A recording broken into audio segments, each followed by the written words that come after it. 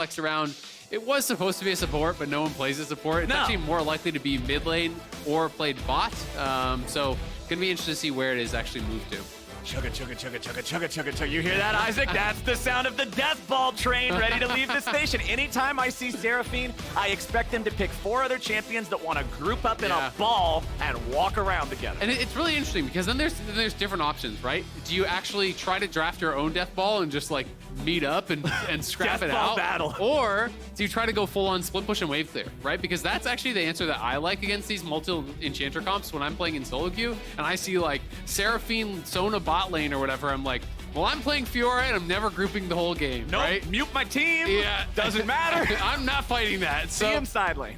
So it's one of those things that can be a tough choice. Trundle, really good answer here into the Poppy. I love that for Kenvi. We saw that got banned out by EG in the second round when they picked Poppy. So that is one of the dangers of actually blinding the Poppy jungle, is that Trundle is incredibly strong as an answer.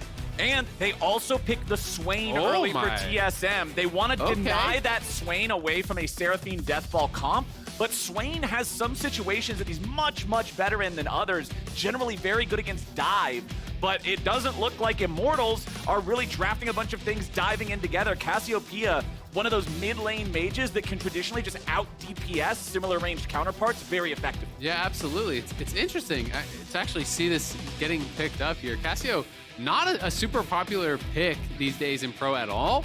This is not a matchup that there's a lot of data on, but you know, Cassio is of course incredibly high DPS, does shut down a lot of these champions that do have dashes, which are very popular. Zeri coming in here, champions like Zeri can be very difficult to actually play into, so it's going to be interesting. It's also potentially flex towards top, you know, if there is an easy matchup. Cassio top into some of the like kind of binary melee champions that are picked top lane from time to time is really, really tough to deal with. So like if you're playing against like Sejuani or something, there's absolutely no chance that Sejuani can do anything to you kind of in that 1v1. So would be interesting to see if there's any potential of a flex. Mostly Revenge, I feel like, plays more the kind of like AD champions though than AD. Right, the typical fighter type of champion, right? But the other thing that I'm also thinking about, because it's Immortals, because it's PowerOfEvil, I think a lot of people who remember the games from spring are going to remember that tragic loss they had with PowerOfEvil on the Cassiopeia, with the Gargoyle Stoneplate build that you sometimes see in high elo that really just lets her never die. But then the comms fell apart. And he was split pushing top. that was weird. To me, that was the game that defined Immortals' communication problems in spring. So now we're getting to see PowerOfEvil back on a Cassiopeia. I want to see those problems fixed. Absolutely. I mean, that was a sad game. He got, I want to say like 3K up within like 8 minutes into the game. Like, it was ridiculous. He was like a full item ahead when people aren't even supposed to have an item yet. and that game didn't go well for them. So yeah, I mean, I think Immortals over the last 3 games has looked significantly better. Even though they've only won one of those 3, they have been much more competitive. They've been much more cohesive. So I agree. We want to see those improvements continue to show themselves. Clearly, a lot of focus towards Revenge in the second round of the bans here on the TSM side. Banning out some of these side lane AD champions. They are very AP heavy. If you're going to have Seraphine as your farming bot, you have Trundle as your jungle and Cassio, like you need heavy physical damage from your top laner, right? And so they're focusing on those. You could go like Aatrox or Jace or something along those lines. I think that does kind of fit the bill here. But it can be difficult to play that out, you know, into some of this. Like when you're looking over at Poppy and Swain and Zeri, can the Aatrox actually get in on those carries and actually deal with them? That will be a big question.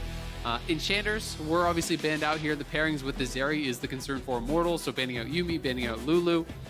We're gonna have to find, is it just gonna be a standard engage support? It feels like that's what they kind of want, because yeah, I think Alistar makes some sense. You know, Nautilus, those types of things as well can also fit, because TSM has no hard engage, right? They have a lot of follow-up, but no hard engage. Amumu is also specifically really considered a great answer into Zeri because of the passive on the E, I believe it is. That actually is just flat damage reduction that works on each individual instance of the bullets that Zeri is shooting out. So you take like way less damage from Zeri than you normally would, because if you're taking off like a flat 10 damage from a 500 damage thing, that's very little. That's 490, but that's still a lot of damage. Exactly, but if Zeri's shooting out like 8 bullets and each of them are doing like 40 or whatever, well, you're cutting down the damage by like 25%, right? So that's kind of the thought process there in this Amumu into Zeri pick. And it is going to be really interesting to see how this actually works out. I am assuming that Ignar's just playing like full standard support and that he's not like a farming Amumu or anything like that. Well, we've got some pretty scary team fight options here on both sides. Like, It's a little bit wild. Like TSM going for the very early Poppy and very early Swain without seeing anything other than a Seraphine kind of made this draft turn into counterpunches to counterpunches. Yeah, totally. I mean, we're seeing a lot of interesting stuff coming out from Immortals as well as their answers, right? Amumu as the answer into Zeri has been seen some, but it is a typical Seraphine farming bot. Cassio mid. So someone down for the Cassio, she puts out like near unparalleled DPS, right? Yeah. Like you are going to be able to kill it if you can free fire, and there's a lot of tools on the Immortals side to try to buy that space. But TSM also have their playmaking and their answers, right? Counter engage from Spica, knock away the Cassio in one of these fights. You know, Chime can headbutt them away, keep that distance, and Maple is going to be really successful if everyone is kind of stacked up and piling in that Swain. And as we're sort of waiting for everything to start in this game, I want to go back to what we heard from PowerOfEvil, I think it was yesterday, in one of our clips where we heard him talking about, well, in almost every matchup, Immortals is going to be considered the underdogs. Like, that's pretty much the way it is. But in this one, I think this might be the exception because people's faith in both of these teams is very low right now. They've both made good changes recently. TSM with the actual roster changes, but then Immortals getting better at the comms. So I'm looking to see whose changes reign supreme here. This is cute. They actually got Revenge to roam down and got XP off that. So they gave double Soul Leaner XP off that ward. So PowerOfEvil got it and Revenge got it. So they both should actually get level 2 one wave earlier, one minion earlier. Right. Off of one full wave, as you're saying. Yeah, that's the important part, the difference between 6 versus 7, right? Because 7 requires the second wave to be there, so it can definitely change the lane state. We'll see if it ends up being impactful or not.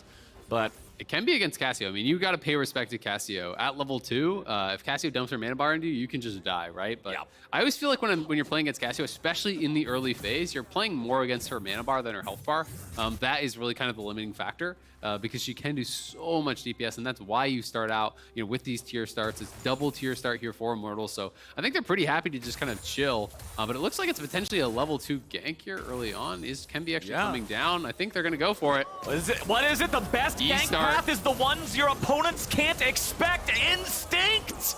A little more damage will do it, and it's first blood to Immortals. I love it, man. You know, Santorin gave that interview that I think is just resonates so much with me. It's talking about efficiency, and people have gotten so much into this kind of school of thought of maximize efficiency at all times. Kill your camps as fast as you possibly can.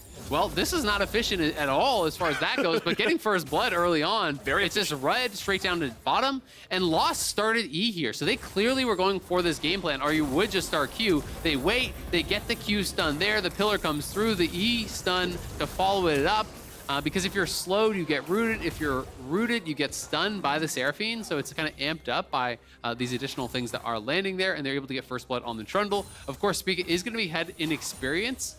And the question is, can he really get any sort of an advantage from that? Because if not, very clearly, Immortals are going to be way up on gold, and Instinct is going to be put pretty heavily down. And Instinct is the main source of damage on the TSM comp. Like, sure, Swain does damage, but Swain is not super high DPS, right? Swain is more just kind of this tanky, immovable object that creates space for your team. Massive zone control. Yeah. But hey, and I also love the fact that Kenvi is willing to do this on a champion like Trundle, because I want to go back to sort of the point that Bwipo made in the previous game, talking about these junglers that can function on a non-existent economy. Trundle's pillar is always going to be valuable. Still Trundle slows can you. always sap your stats with his Q and with his ultimate. This is actually huge. Can they actually dive Lost here? I think they might be able to. He has no flash. I don't know if they're going to be willing to go for it. At the very least, they got the flash off Ignar there. There is no flash on Lost, so they were trying to at least threaten it to maybe make them back up, but Lost doesn't buy it, doesn't think that they're going to be able to pull it off, so. Well, they would rather back away than end up feeding a kill or two over by not having the dive work out the way they wanted it to. You're going to see PowerOfEvil trying to get back up here, likely going to have that recall interrupted. Oh, must have just been not watching there. I was expecting him to get hit by the Swain W, but not from the Alistar. Plus 12 health. Just caught shopping. Caught shopping. It happens. As Instinct is now 1v2 here in the bottom lane, so he's got to back away into the river, going towards his teammates. Not a whole lot else. We got a much faster first blood in this game than we did in the previous one. Like, last game took, what, 13, 14 minutes before we were actually able to get that first blood, and now here 4 minutes into this one, that level 2 gank from Kenvi, just making it so Immortals is off to a nice start here up in the top side. It's a pretty even farm state between the two, but it's actually Revenge who's doing better and has more minions to farm. Yeah, it has been doing very, very well there.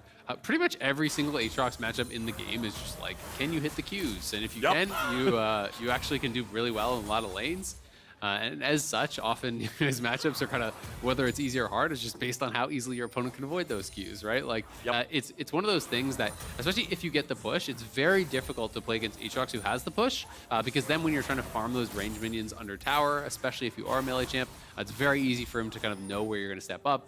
And even if he doesn't hit you with the Q, you have to step back and miss CS. So we'll see. That becomes much more of an issue as you get the CDR purchased up. Yeah. For now, Sol back to base. Early Tabby's purchased. He's going to hold on to the teleport. Revenge is going to try to shove in and reset this wave before Sol can actually freeze it. We'll see if he's going to be able to do that. But Revenge, either way, is going to have to base here.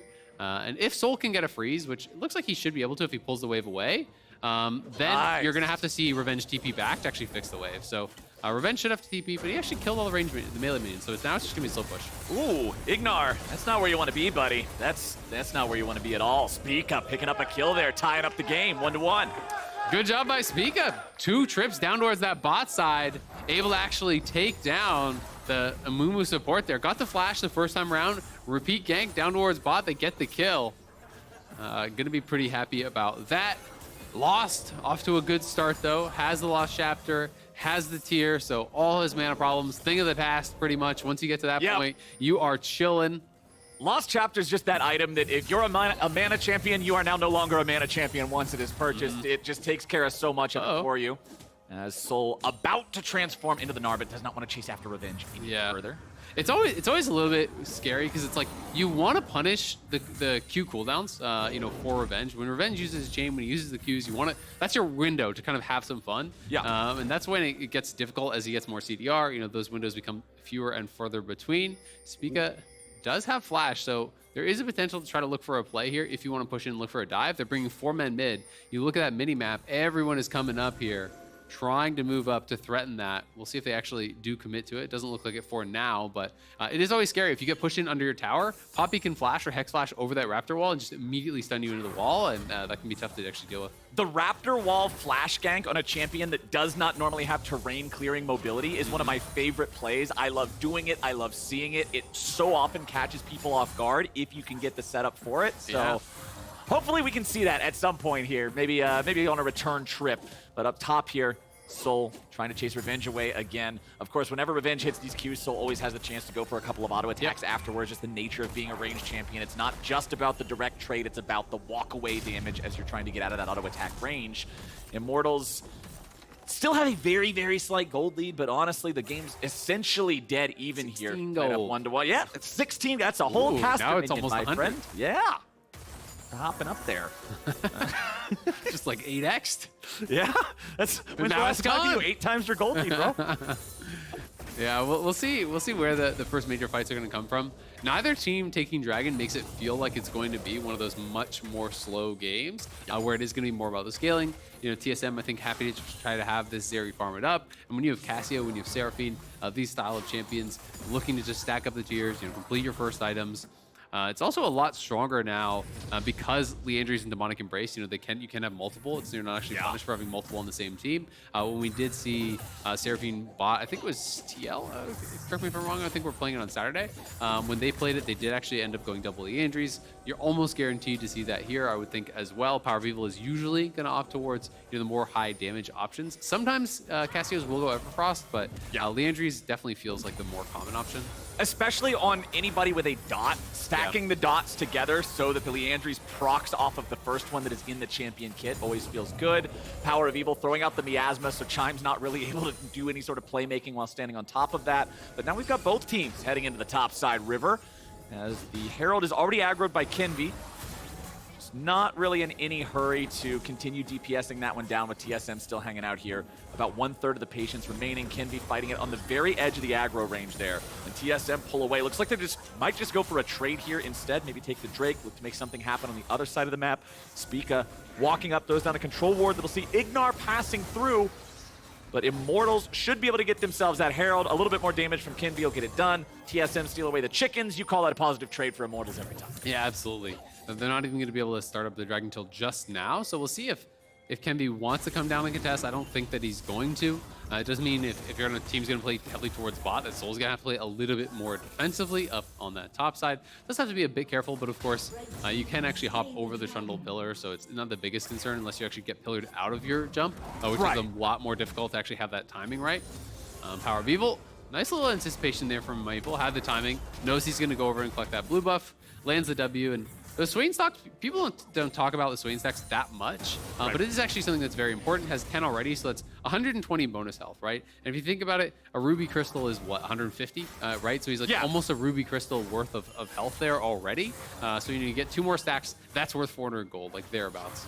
Right, yeah, because Ruby Crystal is 150 for 400. Yep. 120 is 80% of 150. 80% of 400 is 320. There you go. 320 gold, that's more than a kill. It's a lot. It's actually really, really valuable, right? And that is one of the things that Swain can get a lot of value out of if you're in some matchups or if your opponent isn't actually doing a good job dodging those.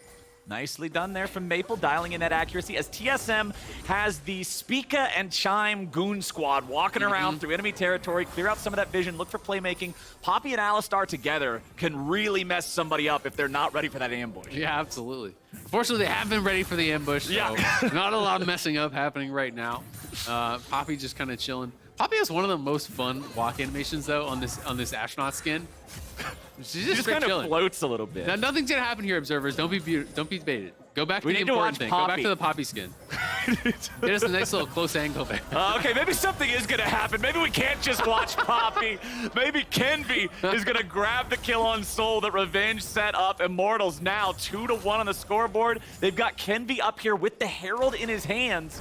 Let's see if they want to spend it, going after some of these plates. Spica doing what he can to try to defend here. There comes your Swain W just to scare him away, thin out that minion wave a little bit. Yep, nice kill up on the top side. Double flash committed. Soul ends up going down. Spica is there to actually, push him away from just going for a full tower because Trundle does so much damage to towers. The Chomp works on it. The Frozen Domain, the W, gives you the attack speed to work on it. So even if you're not going to damage build, and he actually is this game, you crush turrets. If you get a gank off as Trundle jungle, you can sometimes just take the entire tower with a Herald pretty easily. But Soul going to be pretty far down now off that because he was getting pushed in, so he loses the waves, the plate gold as well, goes over to Revenge. So individually down a good 500 gold just off that one play. It was pretty much even prior to it.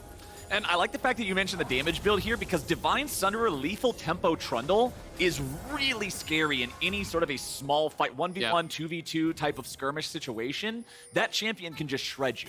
And I think it actually makes a lot of sense because generally when I'm playing Trundle jungle, I think a lot about like where I'm going to get my tankiness, right? If it's only squishy characters on the other side, I think you're more required to go a tank build. But when there's Poppy or Alistar or Gnar, these champions that are going to have a lot of stats to steal that are going to make you tankier. Sejuani, the dream. Exactly, right? Like you're going to be able to have a lot more survivability just from your ultimate. So I think it makes sense. Plus you have Seraphine and Amumu, so it's like you have that kind of added survivability, with these champions that are going to lock down people for you, heal you up, shield you up. And it's not just the lockdown for survivability, it's the lockdown for DPS uptime, right? Because that's one of the problems with damaged Trundle is if you can't get next to somebody and beat them over the head with that bat for a couple of seconds, well, your DPS is still 0. So having the lockdown so he can just stand there and bop him, rock him, sock him, robot. What's that? Sock 'em boppers? No, the things at the fair. Weasel Wallop. Have that. That's where you hit the weasel. Okay, never mind. We got PowerOfEvil down here in the top side. TSM has a weasel wallop there. Yep, that's whack-a-mole. Thank you, producers. That's what I was trying to think of. I was like, weasel wallop? Is this some weird Ohio thing? No, dude, it's not an Ohio thing. I just got the wrong W word. That's my bad. Top lane tier 1 turret. That one's gone, and Immortals 2,000 gold up just about when turret plates are about to fall. This early game's feeling good for them. Yeah, they're cruising. It is a TSM getting a kill back onto PowerOfEvil over in the mid lane, so at least getting a little bit of something back. Maple is going the Mandate build. He seems to be a pretty big fan of it. More and more people do feel like they're going towards Leandri's build, but Mandate worse for the 1v1, but when you are in those team fights, you're giving move speed not only to yourself, but to your allies. You put that with Arylize, and the slowdown plus the speed up means it's very difficult to get away from Swain, which allows him to kind of keep the perma ult. And I like the fact that you mentioned the Rylai's, because I know that that's the combo, but the thing that I've heard is that most people prefer to go with the Rylai's first because like it offers first, you yeah. better combat stats. Whereas Imperial Mandate's combat stats are actually kind of lousy, like it is a support item. Yeah. So in the 1v1, when that's your only item, yeah, it's got a little bit of AP, some health, some ability haste, but it's not going to feel as good as just the raw ball of stats that's damage and health. Yep, absolutely. Looking for a little bit of pick there over the wall. You're going to have to back it up. Oh, here goes Ignar. Okay, Ignar dropping the ulti, but flashes right back out. TSM brought more people to the party, and that means Immortals needs to back away. Lost is not part of this fight yet, but he should be able to move up through the river and join the team. Chime with no ulti and 1/4 HP means this Alistar, if he participates in a fight, he's going in and immediately dying after WQ. So it looks like TSM is ready to surrender this Drake. That'll be a 1-to-1 Drake score here for both teams. FTX Total Gold on the left side of your screen. The top 3 earners this game, with that first place significantly far ahead, all wearing IMT colors. Yep, absolutely. You know, you called it. Chime was low. Maple also having used the ultimate. Swain is pretty useless without the ultimate, honestly, for team fights. Sometimes it can be okay in little skirmishes, you know, if you can actually grab someone with your E, but generally speaking, you do not want to fight whatsoever without the ulti, especially when you're going this style of build. So, Immortals come out on top in that fight. It does cost Ignar his flash, though, so there's kind of some lasting punishment to that, and we'll see if he does get capitalized on earlier in the game when he was receiving a flash. Of course, Spica was able to get the kill. It is Immortals, though, starting up the Herald. Maple about to have the ulti back here, so TSM may like their chances in this fight, but they also have only the Ignite for heal cut, so it's difficult to actually fight into a Gore Drinker level 12 Aatrox. Well, Soul has teleported mid. TSM looking to maybe contest this one here. Poppy with the disengage on the enemy jungler means there's no smite up. Ooh, it's too low, no more eye. Yeah, it's too low for an eyeball proc, so the smite is important. TSM moving up. TSM stealing the objective. TSM finding the DPS Trundle, but they cannot complete the kill. Chime's trying to get away. The subjugate still draining him out now as Revenge is stuck in the middle of everybody. The CC! He survives with a Gore Drinker. He's still fighting! Revenge! Just Q3 TSM right back home! Holy moly, they bit off way more than they can chew. And Immortals behind Revenge's sword get 3. Oh my god, that was like flashbacks to the Shy Aatrox going in against G2. All the G2 fans in the chat just immediately had to close the stream. Close the stream, look away. Oh my god, man, I called it out before the fight. If you don't have healing reduction for the Aatrox, and they spent the Ignite to try to kill the Trundle. When this guy has Gore Drinker early and he has rank 2 of the ultimate, the healing amp is so insane. Revenge says, you caught me, I caught you. You're stacking up, goes right back in. He had to heal for a couple thousand in that fight. Just obliterated TSM, and just like that, Immortals up 4K. Let's watch it again. Got a little bit too low there on the Immortal side, so they couldn't actually go for the eyeball plus the smite proc. So TSM come in, they take this, but then they really say, hey, we can actually look for a fight here. The Ignite committed there onto Kenvi. He's gripped back in by Maple, but they don't have the damage to actually knock him back down. And then his Soul's about to mega out. They say, hey, let's go for it. Look at the CC chain, though. It was actually really well done. Gnar into the wall up, into the wall slam. All of that comes through. He's down to about 10% health. 750 on the Gore Drinker before the healing amp, by the way. 500 on that, 600 on that. Oh my god, just every auto. Now 130, like he is healing for thousands. If he got the R before the Gore Drinker active, he would have just gone like straight up full. But Revenge showing the power of the healing, and he's pumped up there. Look at his face. He was feeling himself. That was such a sick highlight moment for him. You put that one on job applications in the future. You just let him know what kind of a dude you are. Put this on the job application too. 5,778 damage in the last team fight. It's a little bit more than lost. Just suplexed all of TSM right back down into the jungle dirt where they were trying to move in. That fight looked like it could have gone so bad. Yeah. But man, Revenge, damn. That was a hype play from Revenge. The turnaround there, just barely surviving. And it's hard to even blame TSM for going for the play because they almost perfectly CC chained him 100-0, right? There wasn't any overlap. It was Gnar right as it expires, wall up, right as it expires, wall slam. I'm not sure if Spica had his ult or if it was already on cooldown. Like maybe you could have done a tap ult or something. But didn't seem like they had anything left, and without that healing debuff, you just can't fight Aatrox. And now, after that, Soul going to be able to pick up Executioner's Calling, so it does have a little bit of a healing debuff there. Yeah, but fool me once. Yeah. Well, they're going to have a lot to deal with him in the future. That's not a lesson that you soon forget. So, Isaac, let's talk a little bit here about the state of the game for TSM, because after that one, it's rough, man. It is a very tough way to be. Oh, no, Maple. Oh, no, Maple. Here comes the squad. Oh, no. Okay. All right, it's cool. He's chilling. All right. But the turret's not, and that might just be all they came for in the first place. Immortals going to use the top laner and jungler to grab that one. Building this up to a nearly 5K lead now. We are getting to the point of the game where I feel like Immortals is going to need to make a mistake because TSM is falling so far behind. Yeah, Revenge is 2K up individually. Here comes the TP flank from Aatrox. They're ready to go. Ignar drops the ulti, but he only finds one, and it's an Alistar with an ulti of his own. Immortals went for some playmaking, but TSM disengage as well. Yeah, disengage that very, very well. Didn't have to spend much of anything. I mean, that's the TP coming through. That's the Amumu ult. That's the Ignite. That's the Cassio ult. All of that spent. What did they get? They got Spica's ult. They got Chime's ult. That's about it. Immortals, though, you know, with some of those key ones down, TSM trying to, okay, PowerOfEvil over there. At the same time, this is actually kind of clever. I don't know if they would have been able to do it, but I think they were trying to show, hey, we're on Dragon at the same time. Yeah. They're two-manning it without their jungler, so it was just Ignar and PowerOfEvil. I don't know if they actually could have done it or not, because that's just a level 8 Amumu. I don't know if he would have been able to take it. I think Amumu dies to it. I actually don't think it works, but I like the fact that they're thinking of these sort of possibilities as Lost flashes away from the Chime engage here in mid lane. The Seraphine's staying pretty safe here. Honestly, I haven't felt like the Seraphine's been a huge thing so far in this game. We've not seen any moments where it's just like, wow, she's just running over everybody. But she's scaling up. She's got Leandries. She's got the Archangels. Like, we're getting to the point where the Seraphine Death Ball will soon be available. Yeah, absolutely. And you can actually just go towards supportive style items here. Like, you don't need to go Morello. You know, Seraphine applies the healing debuff AoE with her W so well. So I actually prefer going towards the support items in this case. Don't need to full commit to AP. You already have the Cassios. You have a lot of magic damage there. Yeah. And I really like Anathema's Chains from Kenvi in this game in particular, because it does feel like basically all of the damage has to come from Instinct for them to really be able to win a fight, right? I just don't think there's enough in the rest of the tank for TSM to win if it's not through Instinct.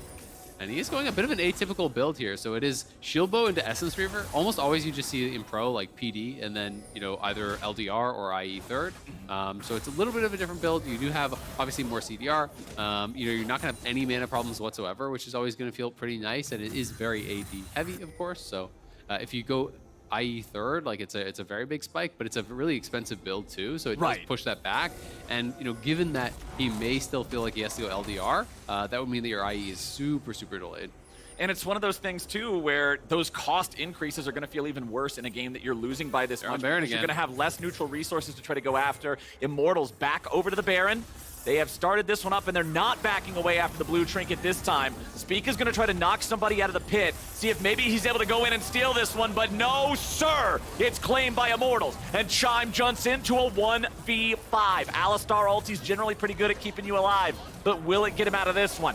Kenvi's still in hot pursuit. Swain W for the slow, nicely done. Chime, however, cannot escape the trophy that'll become his grave. I mean, that is 7K in the lead now. We saw C9 come back from a very similar game early on, but this one feels like it's getting really out of reach very quickly. You know, the scaling on TSM's side is not incredible by any means. It's really only the Zeri, it feels like, that can get much done. And this gold lead is becoming monumental off of that.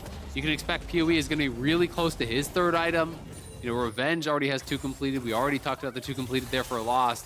Instinct, you know, trying to scrap together as much gold as he can is going to be close to his second item, but I mean, they are just so far down, and that's 3 items now for PowerOfEvil. He's already got the Rylai's. And Chemtech Putrefire, great. Yep, and third item for Lost, exactly what you were talking about, going with the support approach to the massive AoE Grievous wounds that he can grant to the entire team. That shuts down some of the Swain healing, some of the Imperial Mandate, Immortal Shield Bow healing that Zeri would be able to achieve, anything from Alistar. Immortals is so scary right now. We are now at the point of the game where Immortals must have some sort of an error. TSM doesn't come back into this one only through their own good plays. There's got to be a mistake on the other side. IMT are way too far out. And it's so brutal to actually try to come into an objective late against Cassio, because Miasma covers like that whole little area, right? So you almost can't walk through that and Pillar and all these things, and you have to group up for potential Seraphine ults. Revenge will pop the ulti early. Was a little bit nervous that they were going to get behind him here, so paying respect to it. But the rest of the team is pushing through bot. They're going to take down the tier 2.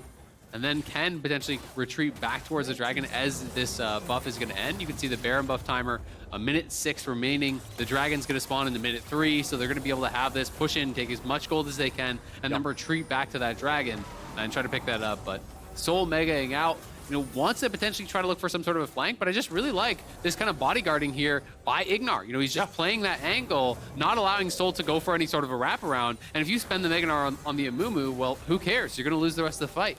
Plus, Soul has this not tanky at all Gnar build, right? Like, this is a bruiser build. If he jumps in there and Ignar is able to just lock him down instantly, he evaporates. There goes that second tier 2 turret, or third, actually, tier 2 turret of the game. Forgot they already got the one in top lane as well. Immortals doing great, and now they have to find a way to break the inhibitor turret lines of TSM. Nearly 10,000 gold ahead. They can kind of do whatever they want on the map right now. They don't have to go for anything crazy. Chime is the one looking for a play to be made, but he will not find anything of value onto PowerOfEvil. And now with the Alistar flash down, now with the Alistar ultimate down, Immortals just charges in. Spica has to run away. The steadfast presence getting him out as fast as he possibly can. Revenge has the World Ender ready to go yet again. Q1 on Maple.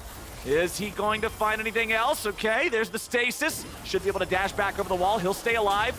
TSM seeing if there's anything else to find here, but I don't believe there is. Yeah, a lot of trading of cooldowns. Immortals should just leave. Just go to Dragon. There's no reason to be staying here this long. They have so much gold to spend. So they need to kind of back it up, play a little bit more defensively. 1,200 gold on Revenge, 1,300 gold on PoE, 1,200 gold on Lost, another 1,500 between Ignar and Kenvi. So a lot of their gold lead right now is actually not spent up. Yeah, so go back, hit Soul Point, go back to base, spend that up. And yeah, when you're down cooldowns here as well, you have to be somewhat respectful. PoE did have to trade out his flash there when Chime went in, it looked like. So they could try to look to capitalize on that. But for Immortals, it's to just continue to play this out slow and steady. No need to really kind of push the pace and do anything too crazy, because it's TSM that are so limited in options. It's TSM that will have to show up and try to fight them at this potential Soul, or it's just lights out. Yeah, this is a very scary position for TSM. But hey, when we were getting into this game, I said, I want to see the comms from Immortals stay improved. I said, I want to see this team communicate better than what we saw last time they had a Cassiopeia and had a lead. And so far here in this one, for these first 26.5 minutes, they've been doing really well. From Kenvi's level 2 gank with the inefficient path on Trundle, up to making the Baron call, trusting in that Trundle to be able to secure the smite, play around the Poppy and everything else, to Revenge's absolute Chad mode, just 1v5. That was Aatrox. game-changing. That really was. That was the moment that TSM lost any sort of The wheels control. fell off. Yeah, that absolutely was. I mean, TSM was feeling pretty competitive prior to that point, but it's going to be a tough one now. Baron up here in a minute. We saw how fast they were able to take it down last time. It's also very easy to actually keep the jungler out over the wall with Miasma, because you can just throw the Miasma over the wall if they can't actually flash in on it. So you can use Trundle Pillar that, try to really box them out, and potentially just rush it down. Force of Nature now completed as well, so can be on 3 items before any of the carries on TSM have 3 items, man. Which is really, really rough. Junglers generally are like at least a full item behind the carries, so this is a tough spot to be in. At the very least, Maple does have his Rylai's, so he kind of has that 2-item power spike ready to go, but they're TPing in. Immortals ready to fight. Immortals wants to go for this Revenge. He TP's in, yes, but Maple is able to slow him down there with that Swain W.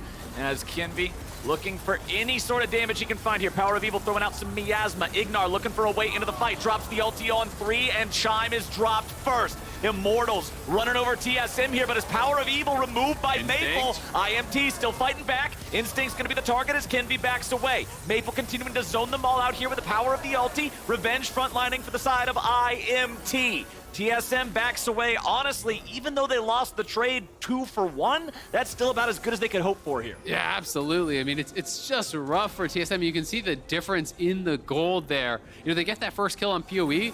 Zeri's stacking up. You start thinking, hey, Swain's going, Zeri's stacking. Maybe they can make something happen, but it's like Instinct has a P-shooter. He's doing no damage whatsoever through the Seraphine and down this much on gold. So Immortals, it's going to be a bit of a slow Baron here, but right over to the Baron. They're going to take this down. Don't even need PoE. And they will be well over 10k ahead. May even wait for PoE. It looks like they are going to try to wait to give him that Baron buff as well. I like that. It makes sense. I mean, they're not being pressured whatsoever. They know no one is coming, so they will be able to grab this up. 11,000 nearly in the advantage here. Immortals are crushing TSM. And with this win, it would actually tie them in the standings. Going for Chime again, they knew he had no flash. They're happy to make this long run in. Ignar played this very well, had the second part of the queue. Both him and PoE do sidestep the knockout there, the rejection coming through from Spica, and then this ulti from Ignar hits all three. PowerOfEvil, they are able to actually get in on and solo with a great Mega Gnar. They combo him down, but Maple and Instinct just don't do any damage. So they get that initial kill, but look how difficult it is for them to actually get through all the shielding and healing and everything coming out, from this Immortals side. It's going to be one last hurrah, it feels like, for TSM. They've got to try to go for this dragon, but... Well, they jump in on Kenvi, looking for that Trundle there, remove the ability to smite, remove the ability to fight. PowerOfEvil finds an ulti on the multiple targets, and Instinct is in danger. Instinct is gone. Revenge goes on a killing spree, and Maple tries to escape, but there ain't no running when Immortals just runs you over. Spica now trying to get out, but surprise, surprise, Ignar just came knocking, and IMT just gonna chase the remaining couple of players away, stop them from backing up. PowerOfEvil's got those Baron minions. There's your payoff in waiting 5 extra seconds. PoE's already got him in the base. The rest of the team's gonna join up. No soul required. This is an easy dub for IMT. Yeah, it's all done by the Cry, and Immortals cruising today. Really well played game. Kenvi early pathing was so strong. Revenge with a massive play in that big fight over by the blue buff, and Immortals gonna get another win here. 2-2 over the last 2 weeks. Have improved by leaps and bounds. They have a tough job ahead of them. The start of their split wasn't what they wanted. They got to fight tooth and nail to try to climb up those standings. But being able to absolutely slam the other teams that are with you at that lower part, that's huge. That says this is a team that's fixing their problem. Absolutely. I mean, it's been night and day. After that break week, that seemed to help them more than anyone else. Immortals had a lot of issues to fix, and they were able to fix them largely. They have had 2 wins and 2 very competitive losses, right? This team has absolutely turned it on, are looking so much better. And you said it, these are the teams that are down around that bottom of the standings with them. They are now going to be tied for 8th with TSM, only 1 game back of Golden Guardians for 7th.